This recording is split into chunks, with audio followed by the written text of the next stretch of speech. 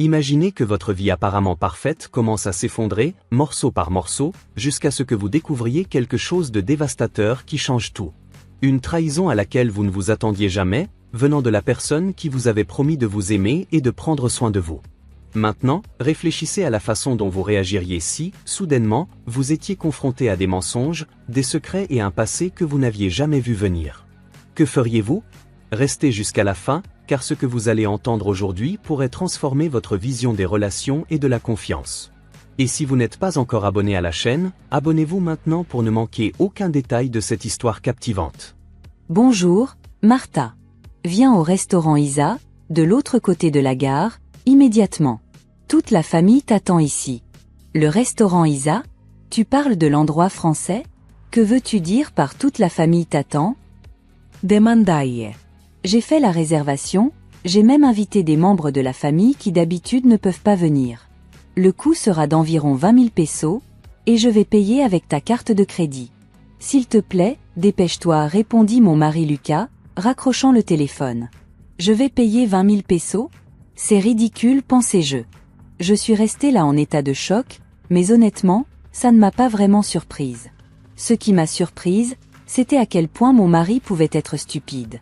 Il ne se rend pas compte de ce qu'il fait, malgré tout son contrôle apparent. Mon mari s'engage dans une situation terrible, et je pense sérieusement à le pousser à bout. Avec cette pensée, je suis sortie de la maison. 20 minutes plus tard, je suis arrivée au restaurant Isa. Lucas m'attendait seul et m'a accueilli avec un sourire étrange, qui ne correspondait pas au restaurant élégant. Comme je te l'ai dit avant, je vais utiliser ta carte de crédit librement. Cela peut sembler difficile, mais l'argent de l'épouse appartient au mari. C'est naturel qu'une femme soutienne son mari, non? Tu n'as pas de plainte, n'est-ce pas? Dit-il fièrement. Je restais sans voix. C'était incroyablement stupide. Selon Lucas, 25 membres de la famille s'étaient réunis et il avait réservé un repas coûteux à 800 pesos par personne. Le restaurant Isa est effectivement un restaurant français connu pour ses repas de haute qualité à des prix raisonnables, mais mon mari a délibérément choisi l'option la plus chère de 800 pesos. C'est comme s'il aimait me faire souffrir, sans se rendre compte du pétrin dans lequel il se mettait. Lucas semblait assez satisfait de cette situation ridicule, et tout ce que je pouvais faire était de rire. Le portefeuille d'une femme appartient à son mari, c'est naturel qu'une femme soutienne son mari, continua Lucas. Eh bien, tu sais que j'ai arrêté ça il y a un mois, répondis-je. Quoi? Tu as cessé d'être une épouse? Tu ne peux pas simplement abandonner ainsi. Le divorce nécessite des procédures formelles, tu le sais, n'est-ce pas? Lucas, tu ne comprends rien. Si tu comprenais, tu n'aurais pas réservé un endroit si cher. Comment comptes-tu payer sans argent? Tu penses partir sans payer? Je ne ferai jamais quelque chose d'aussi stupide. Laisse-moi te le dire encore une fois, je vais payer avec ta carte de crédit. Si cela ne te plaît pas, je te ferai cesser d'être mon épouse, répondit-il. Juste après avoir dit ça, j'ai sorti un document et je le lui ai montré, démontrant à quel point il était naïf. J'ai annulé la carte de crédit il y a un mois. Voici le certificat d'annulation. Je l'ai acheté parce que je savais que tu ne me croirais pas. La carte est maintenant inutile. Alors, je vais te demander à nouveau, qu'est-ce que tu vas faire? Tu penses à t'enfuir? Je ne peux pas utiliser ta carte de crédit? C'est impossible. Ce certificat d'annulation doit être faux. Après tout, la carte de crédit que j'ai prise était dans ton sac. Si elle était annulée, pourquoi l'aurais-tu gardée dans ton sac? Responded Lucas. Alors tu ne caches même pas que tu l'as prise dans mon sac. J'ai laissé la carte annulée là parce que je pensais que tu essaierais de la voler. Je t'ai complètement dupé. Pauvre chérie, dis-je, sarcastique. Martha, qu'est-ce que c'est que cette attitude? Ce n'est pas acceptable qu'une épouse parle ainsi à son mari, dit Lucas, visiblement agacé. Lucas pense qu'il est meilleur que moi, donc être trompé par quelqu'un qu'il considère inférieur doit être insupportable. Sa frustration a atteint son comble et il a commencé à élever la voix sans se soucier de qui pouvait l'entendre. Même si nous étions dans un coin du restaurant, sa voix résonnait et le personnel commençait à remarquer. L'endroit a commencé à murmurer. Lucas a rapidement forcé un sourire et a essayé de calmer les choses, agissant comme si tout allait bien, mais les murmures ne s'arrêtaient pas. Son visage est devenu rouge de honte, mais comparé à ce qui s'annonçait, ce n'était rien. Peu de temps après, mes beaux-parents se sont approchés de moi. Il semble que la voix forte de Lucas soit parvenue aux autres membres de la famille également. Lucas, qu'est-ce que tu fais? Tous les membres de la famille sont surpris. Tu déranges également les autres clients. Regarde, tout le monde te regarde, dit sa mère. Je me suis juste un peu excitée, ce n'est rien de grave, alors ne vous inquiétez pas, répondit Lucas. Il semblait que mes beaux-parents n'avaient pas saisi les détails de notre conversation et ils paraissaient confus, mais ils n'ont rien dit de plus. Lucas souriait légèrement, essayant de calmer les choses, mais il était probablement soulagé intérieurement que ses parents soient arrivés. Il ne montre son vrai visage qu'à moi, surtout parce qu'il travaille pour l'entreprise dirigée par son père. Devant lui, Lucas fait toujours semblant d'être le mari parfait. Moi aussi, j'avais l'air surprise, tout comme mes beaux-parents, mais Lucas m'a jeté un regard sévère et m'a silencieusement averti de ne rien dire d'inapproprié. J'ai ressenti la pression de sa part. Il a essayé de m'intimider et de me contrôler par la force. J'avais l'habitude d'avoir peur et de faire ce qu'il voulait, mais cette fois, je ne pouvais plus le supporter. Inviter la famille s'est avéré être l'occasion parfaite de révéler son vrai visage à tout le monde. J'ai commencé à parler à mon beau-père de qui allait payer l'addition. Lucas avait prévu d'utiliser ma carte de crédit, ai-je expliqué. Il a pris la carte dans mon sac et a réservé ce restaurant sans me demander la permission. Mes beaux-parents étaient surpris. Cette carte de crédit avait été annulée il y a un mois, mais Lucas ne le savait pas et prévoyait quand même de l'utiliser. Lucas avait prévu de te faire payer 20 000 pesos? C'est difficile à croire. Ça pourrait être un malentendu, dit son père, Victor, contrarié. Bien que cela semble incroyable, c'est la vérité. Essayant de cacher ce qui se passait, Lucas a commencé à parler gaiement avec un sourire forcé. Marta se trompe. Je prévois d'inviter tout le monde à mes frais. Je vais payer l'addition, alors ne vous inquiétez pas. Avec ces mots, Lucas est allé à la caisse pour payer, me lançant un sourire étrange. Il était évident qu'il ne croyait pas que j'avais annulé la carte de crédit, même après lui avoir montré le certificat d'annulation. Après un moment, Lucas est revenu avec un rire, et mes beaux-parents semblaient soulagés que le paiement ait été effectué. Mais je pouvais sentir la tension de Lucas. Il devait paniquer intérieurement, se rendant compte que les choses tournaient mal parce que la carte de crédit ne fonctionnait pas. Ce n'était pas une surprise, car je l'avais annulée. La seule option qui lui restait était de payer les 20 000 pesos lui-même, mais il ne pouvait pas faire cela. Il savait aussi ce qu'il cachait. À ce moment-là, je lui ai lancé un regard froid et lui ai dit « Dis la vérité avant que les choses n'empirent ». Mes mots l'ont rendu nerveux et son visage a changé. Après avoir réfléchi un moment, il a finalement admis la vérité. « Je suis désolé. Papa, maman. Je n'ai vraiment pas pu faire le paiement. La carte de crédit de Martha a été annulée. » Est-ce vrai? Tu avais l'intention d'utiliser la carte de Martha pour payer? Demanda son père, Victor. C'est un malentendu, Lucas a essayé d'expliquer. En fait, je prévoyais de payer les frais d'aujourd'hui avec la carte de Martha, et j'en avais parlé avec elle. J'ai été surpris de découvrir que la carte était déjà annulée. Je m'excuse, mais je vais devoir demander de l'aide pour couvrir cela moi-même. Je promets de te rembourser. Lucas mélangeait des mensonges à la vérité, essayant de trouver une issue à la situation avec une audace surprenante. Puis il s'est penché et m'a murmuré. « Pourquoi as-tu annulé la carte de crédit? Tu essaies de m'humilier? Pourquoi? C'est simple, ai-je répondu fermement. Je ne voulais pas que tu l'utilises sans ma permission. Il m'a regardé, surpris par ma réponse audacieuse, et a rapidement dit « Tais-toi. Ne parle pas de ça ici. Garder une carte annulée dans ton sac ne fait que semer la confusion. » Mais il semblait que mes beaux-parents avaient entendu notre conversation et se sont tournés vers Lucas avec un regard sévère. « Lucas, qu'est-ce que tu fais? As-tu essayé d'utiliser la carte de Martha en la prenant dans son sac sans permission? C'est inacceptable, dit son père avec sévérité. Eh bien, il y avait des raisons, balbutia Lucas, luttant pour trouver les mots justes alors que son père le pressait. Sentant l'opportunité, j'ai décidé d'expliquer tout en détail, voulant révéler sa véritable nature à ses parents. Au cours de l'année dernière, Lucas a à peine été à la maison.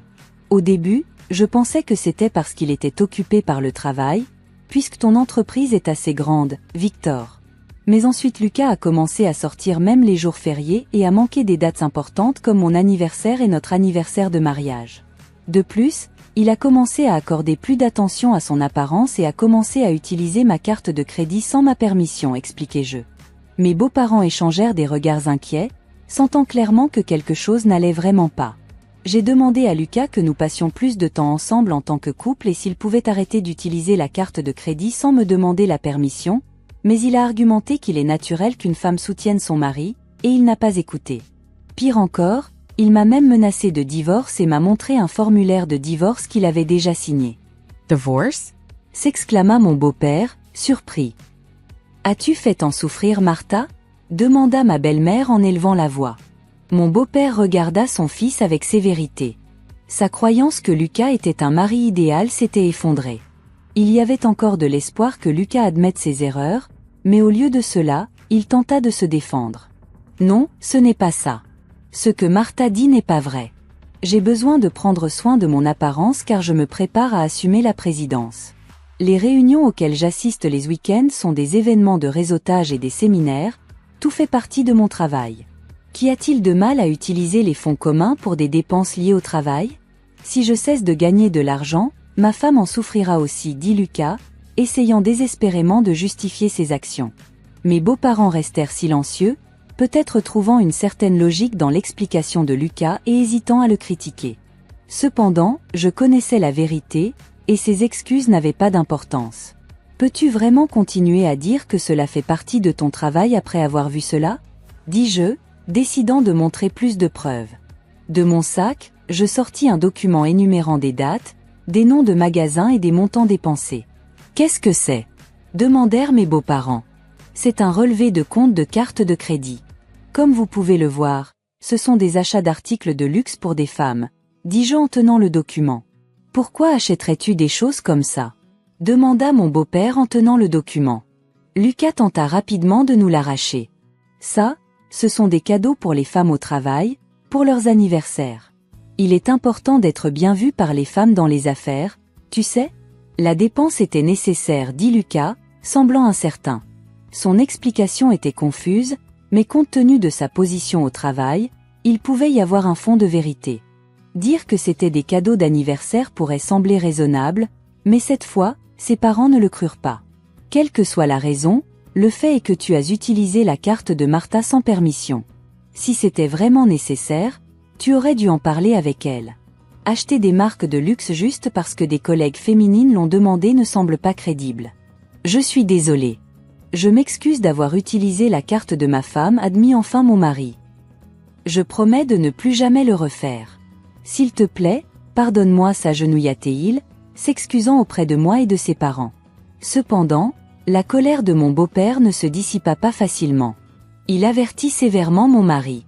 Ce n'est pas parce que tu es marié que tu peux utiliser la carte de quelqu'un d'autre sans permission, et étant donné que le montant est important, assure-toi de rembourser à Martha l'argent que tu as dépensé. D'accord. Je rembourserai l'argent, dit mon mari, baissant les yeux et semblant pensif. Mais je n'étais pas convaincue. Je savais qu'il cachait encore quelque chose. Ce n'était que le début du véritable défi. Mon mari, ses parents et moi nous dirigeâmes vers la salle où les autres membres de la famille nous attendaient. Une fois là-bas, je sortis mon téléphone portable de mon sac et appuyai sur le bouton de lecture. Le son soudain surprit mon mari, et il me regarda, incrédule. Son visage pâlit rapidement. L'audio était une conversation entre lui et une femme, où il me critiquait et la femme disait « Dépêche-toi et divorce de ta femme ». Les membres de la famille autour de nous furent surpris par ce qu'ils entendirent. Lucas me regarda, visiblement stupefate. Qui est cette femme? Demandai. Oh, eh bien, eux? Mon mari cherchait désespérément une excuse. Ses parents le regardaient avec colère, et les membres de la famille étaient horrifiés par la situation. Mon mari faisait maintenant face à une autre crise juste après le problème de la carte de crédit, sans un moment pour se remettre. Il n'y a plus de cachette. Tu as une aventure, n'est-ce pas? Dis-je fermement. Mon mari commença à transpirer et s'écria rapidement. Ce n'est pas vrai. Je n'ai pas d'aventure. C'était une erreur de mal parler de toi, mais elle n'est qu'une amie et nous ne faisions que passer du temps ensemble. D'ailleurs, quand as-tu enregistré cela? L'écoute clandestine est illégale. Bien qu'il ait admis qu'il m'avait insulté, il continuait de nier l'aventure et tentait de détourner l'attention vers moi, me blâmant pour avoir enregistré la conversation. Mais je n'allais pas abandonner. J'expliquais les faits pour qu'il ne puisse pas s'enfuir. Lucas, je t'ai surveillé depuis un moment. L'histoire de la carte de crédit a rendu l'aventure évidente. C'est pourquoi, pendant que tu prétendais aller travailler, j'ai installé un dispositif d'écoute dans ta voiture. Un dispositif d'écoute dans la voiture? C'est ridicule. Comme je l'ai dit avant, l'écoute clandestine est illégale, tu comprends? Si c'est pour recueillir des preuves d'infidélité, ce n'est pas illégal, tant que ce n'est pas utilisé pour du harcèlement ou autre chose de ce genre, répondis-je fermement, démontrant que je n'allais pas abandonner. J'étais prête à faire tout ce qu'il fallait pour découvrir la vérité, me concentrant sur mon bien-être et cherchant justice dans notre relation problématique. Mon mari resta silencieux, se rendant compte qu'il ne pouvait pas justifier ses actions, mais il ne pouvait toujours pas admettre la vérité. Au lieu de cela, il se tourna vers ses parents et ses proches, disant « Tout le monde, s'il vous plaît, ne croyez pas ce qu'elle dit. Elle essaie de me piéger. Je n'ai pas été infidèle. » Soupirant, j'ai lancé un document devant lui et les proches. « Qu'est-ce que c'est ?» demanda-t-il, mal à l'aise. « Qu'est-ce que tu penses que c'est ?» « C'est une demande de compensation, répondis-je. Le visage de mon mari devint pâle. Le document était une demande de compensation que j'avais envoyée à sa maîtresse. Une enquête a confirmé qu'il avait une liaison avec une femme appelée Emilia. Alors je suis allée voir Emilia et je lui ai demandé une compensation avant de venir lui parler. Tu as rencontré Emilia directement et tu lui as demandé une compensation? À quoi pensais-tu? Mon mari était si surpris qu'il ne pouvait pas parler, mais en réalité, il n'avait aucun droit de me blâmer alors qu'il ignorait ses propres erreurs. Elle m'a tout raconté, elle n'a pas caché tes mauvaises actions. Tu achetais des articles de luxe pour elle avec ma carte de crédit, n'est-ce pas? L'excuse des cadeaux pour les employés était un mensonge, tout était pour elle. Emilia a tout avoué, et grâce à ma carte de crédit, elle a accepté de payer la compensation. C'est pourquoi j'ai apporté cette demande de compensation. Mon mari regarda le ciel avec le visage plein de désespoir. J'agitai la demande de compensation devant lui, la montrant. Incapable de cacher son irritation, il éleva la voix et dit « Quoi qu'il en soit, pensez que tu as tout planifié sans que je le sache. Tu es vraiment une épouse rusée. J'étais ton épouse, mais c'est du passé. Je t'ai dit il y a un mois que j'avais renoncé, tu ne l'as pas entendu? Les papiers du divorce ont déjà été déposés. Maintenant, je ne suis qu'une connaissance. Tu as déposé les papiers du divorce? Demanda-t-il, surpris. Pourquoi es-tu surpris? J'ai simplement déposé les papiers de divorce que tu as brandis devant moi pour essayer de m'agacer. Tout a été fait selon les procédures appropriées, tu as une plainte? Mais tu ne devrais pas simplement déposer le divorce par toi-même. Divorcer sans discuter est déraisonnable.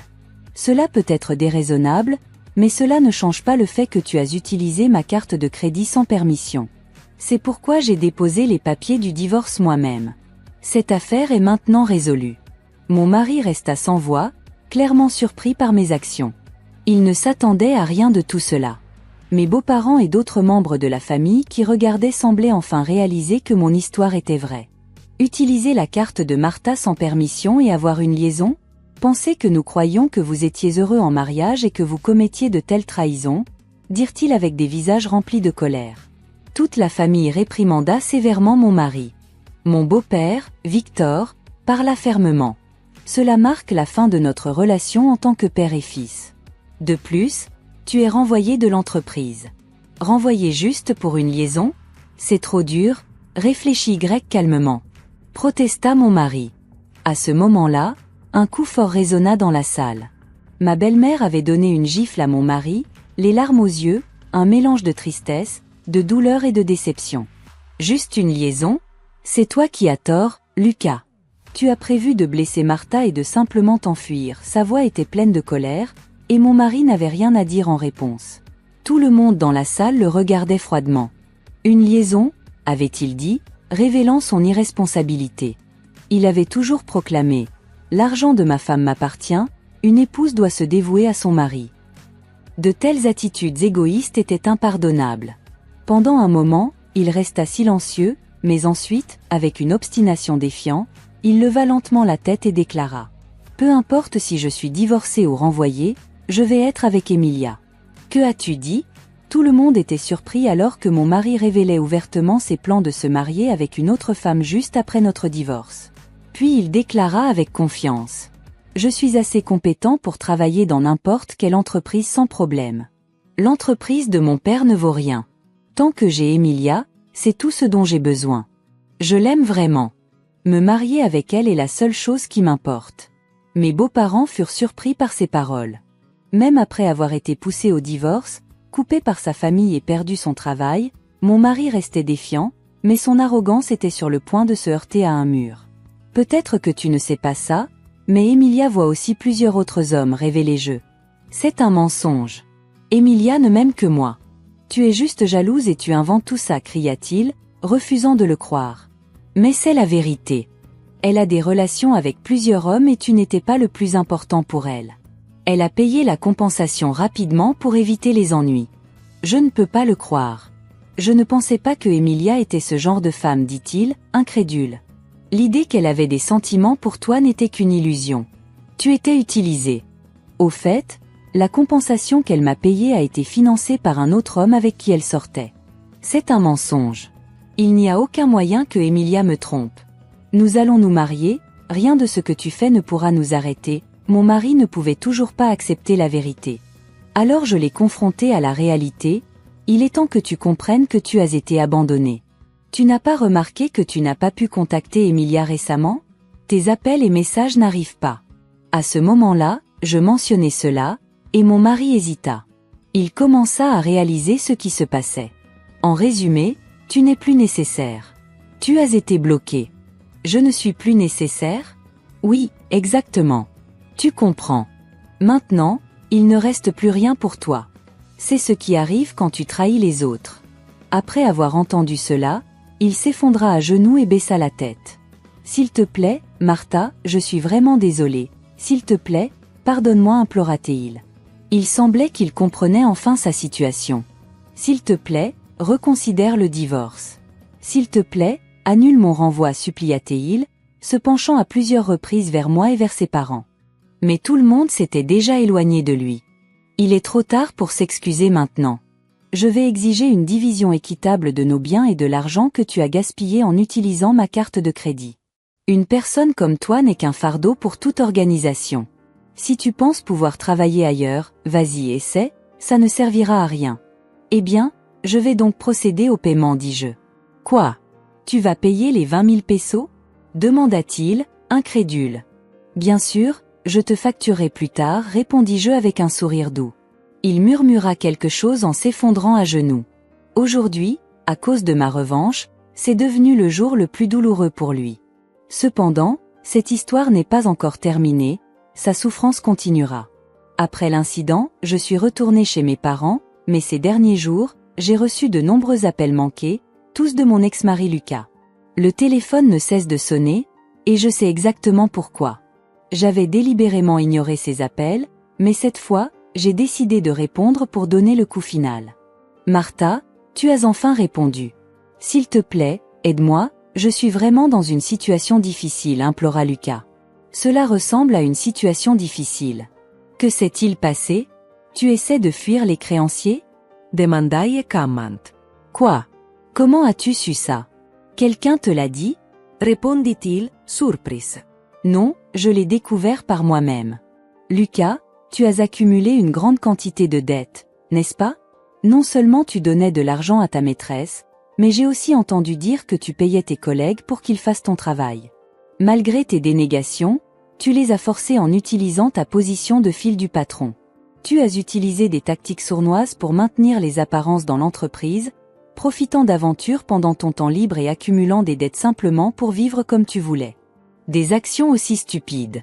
Le jour où la famille s'est réunie dans le restaurant chic, lorsque la carte de crédit a été annulée, Lucas n'avait d'autre choix que de payer les 20 000 pesos lui-même, mais il savait qu'il ne pouvait pas le faire. J'avais déjà découvert l'ampleur de sa dette. Lucas, tout cela est le résultat de tes actions.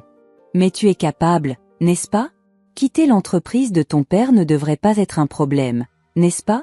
Eh bien, la vérité est que je n'ai pas encore trouvé un autre travail. Toutes mes entrevues ont échoué et les créanciers me poursuivent. Cela me pèse mentalement, avoua-t-il. C'est exactement ce à quoi je m'attendais de quelqu'un qui déléguait son travail à d'autres pour paraître bien. Même si tu trouves un autre travail, cela ne durera pas. Je ne comprends pas, dit-il, confus. À moins que tu ne réfléchisses à tes actions et que tu changes tes manières, tu continueras à commettre les mêmes erreurs encore et encore. Si les choses continuent ainsi, tu ne rencontreras que plus de misère, même sans mon intervention. Je regrette vraiment tout. J'aurais dû te valoriser davantage et travailler sincèrement dans l'entreprise de mon père, mais j'ai tout négligé. Je suis vraiment désolé. Ne considérerais-tu pas de repartir à zéro avec moi ? Implora-t-il. Je dois dire que c'est impossible d'essayer à nouveau. Je crois que les gens peuvent changer, mais certaines actions sont impardonnables. Tu ne m'as pas seulement trompé, tu as trompé de nombreuses autres personnes qui avaient confiance en toi. Tu dois payer le prix pour cela, et bien sûr, tu rembourseras complètement la division des biens et l'argent que tu as gaspillé. Fuir n'est pas une option. Après avoir entendu le silence de l'autre côté, j'ai raccroché calmement. 10 jours plus tard, Jean apprit davantage sur la situation récente de Lucas grâce à mes beaux-parents. Comme prévu, il n'avait pas trouvé de travail stable et avait fini par demander de l'aide à sa famille. J'ai besoin d'aide parce que nous sommes une famille. Est-il acceptable que ton fils finisse comme ça ? Implora-t-il désespérément. C'était frustrant de voir comment il ignorait et trompait sa famille et ses proches juste pour se tourner vers eux quand il était en difficulté. Son comportement égoïste est quelque chose que j'ai toujours remarqué. Lucas a vécu confortablement grâce à l'aide et au soutien de ceux qui l'entouraient, mais je n'ai jamais entendu dire qu'il exprimait de la gratitude. Si j'avais vu sa vraie nature avant de me marier, je n'aurais jamais continué avec cela. Je regrette profondément d'avoir tout supporté seul, sans demander conseil à qui que ce soit. Si je m'étais tourné vers mes beaux-parents ou d'autres membres de la famille plus tôt, peut-être que mon avenir aurait été différent. À partir de maintenant, je serai plus honnête avec moi-même, aspirant à être plus forte et plus déterminée. Il est temps de dire adieu à la version plus faible de moi-même et d'avancer fermement vers un nouveau départ. Après avoir pris la décision de continuer ma vie et de laisser derrière moi tout ce qui concernait Lucas, j'ai commencé à ressentir une légèreté que je n'avais pas ressentie depuis longtemps. La douleur et le poids de tous les mensonges et trahisons s'effaçaient enfin. J'étais déterminée à ne pas regarder en arrière. Cependant, l'univers semble avoir ses propres plans, et j'ai vite réalisé que mon histoire avec Lucas n'était pas terminée comme je l'avais imaginé. Cet après-midi ensoleillé, alors que je marchais dans les rues tranquilles du quartier où j'ai grandi, mon téléphone a de nouveau sonné. J'ai attendu quelques secondes avant de répondre, anticipant déjà que ce serait une autre tentative de Lucas pour me manipuler avec des excuses vides. Cependant, quand j'ai décroché, ce n'était pas Lucas à l'autre bout du fil. Martha, c'est Victor, c'était mon ex-beau-père. Le ton de sa voix était chargé de soucis, quelque chose que je n'avais jamais entendu chez lui auparavant. Il y avait quelque chose de plus, une urgence qui m'a fait m'arrêter au milieu de la rue. Que s'est-il passé ? Ai-je demandé, déjà sentant que la situation pourrait prendre une nouvelle tournure. Nous devons parler. C'est important. Il hésita un moment avant de continuer. Il est arrivé quelque chose à Lucas. Mon cœur s'emballa. Qu'est-ce qui aurait pu arriver maintenant ? Que s'est-il passé ? Ai-je répété, essayant de garder mon calme. Il ne va pas bien. Ces derniers jours, la situation est devenue incontrôlable. Il ne gère pas bien les dettes, et nous pensons qu'il envisage de faire quelque chose de radical. Les mots « faire quelque chose de radical » résonnaient dans mon esprit. Connaissant la personnalité de Lucas, quelque chose de grave pourrait vraiment être sur le point de se produire. Où est-il ? Ai-je demandé, déjà prête à agir, même contre mon propre jugement. Il est dans notre ancien appartement. Il s'est replié sur lui-même. Martha, il a besoin d'aide. Pendant un moment, j'ai pensé à refuser. Après tout, Lucas avait causé tant de mal, tant de blessures que je portais encore. Mais, en même temps, je ne pouvais pas ignorer la possibilité qu'il soit dans un état vulnérable, ce qui, d'une certaine manière, me préoccupait. Je suis arrivée à l'ancien appartement que Lucas et moi partagions. La porte était simplement entr'ouverte, ce qui m'a rendue encore plus inquiète. Je suis entrée prudemment et je l'ai trouvé assis sur le canapé, entouré d'un désordre qui reflétait son état mental. Des bouteilles vides et des papiers éparpillés sur le sol indiquaient qu'il était en chute libre. Son regard était perdu, et il remarqua à peine ma présence. Lucas, l'ai-je appelé, essayant de briser le silence dense qui emplissait l'espace.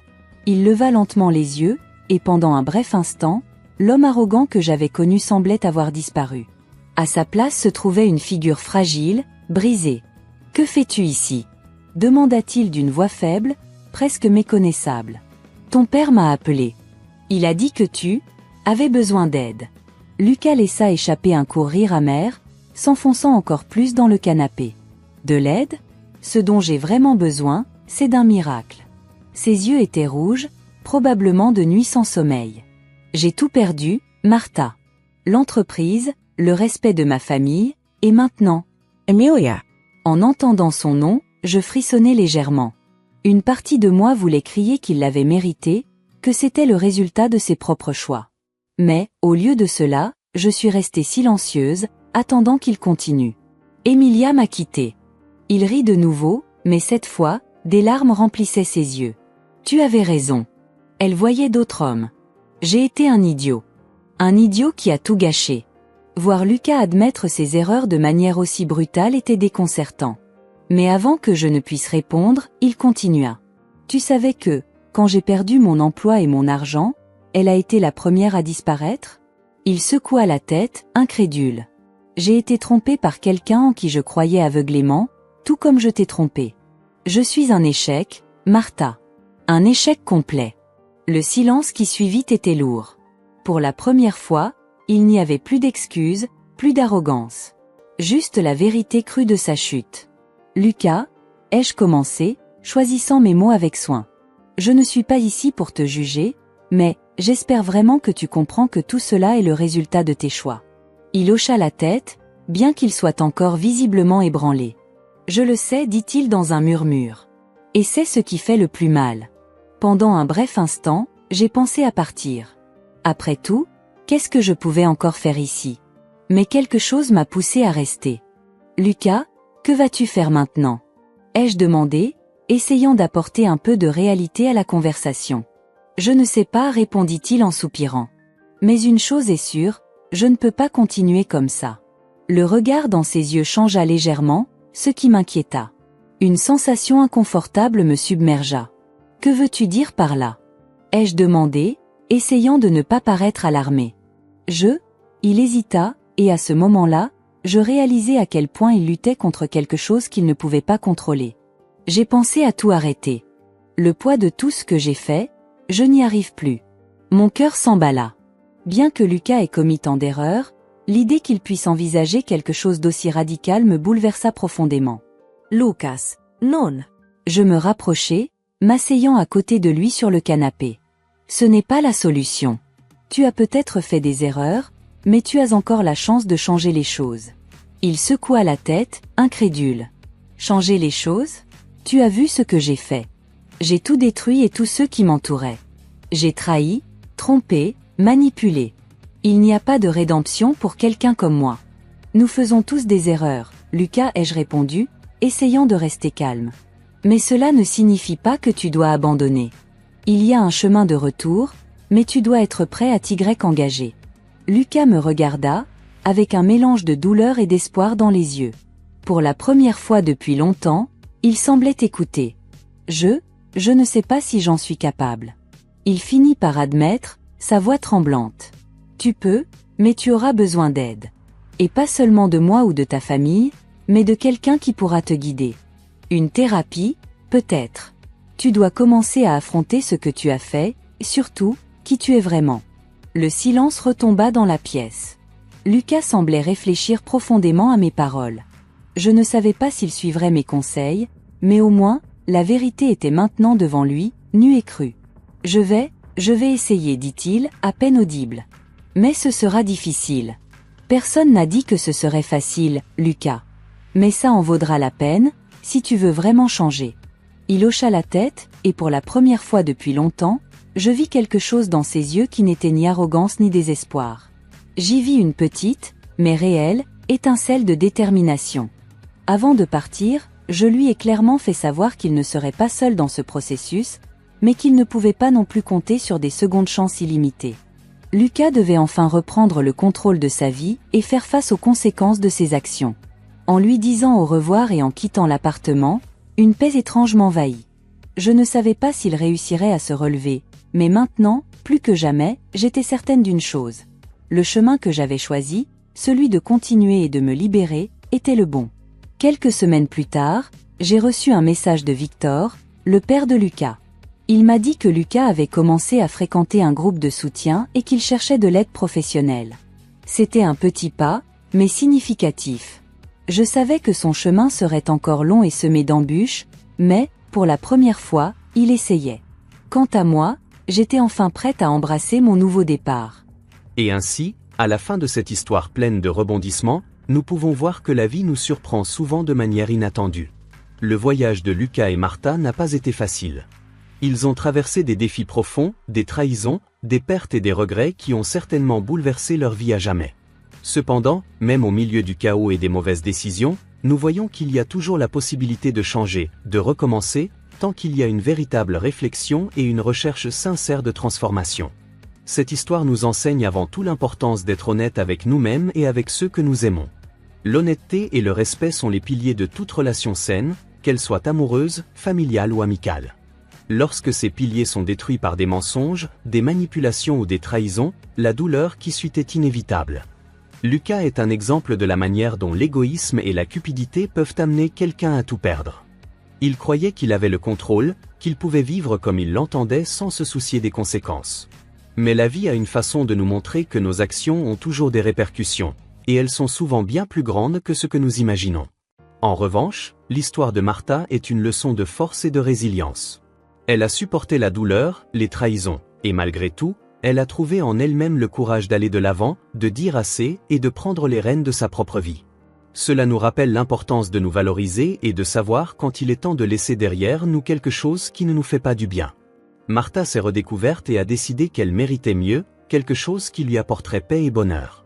Et c'est une leçon fondamentale, nous ne devrions jamais accepter moins que ce que nous méritons. Maintenant, parlons un peu de vous.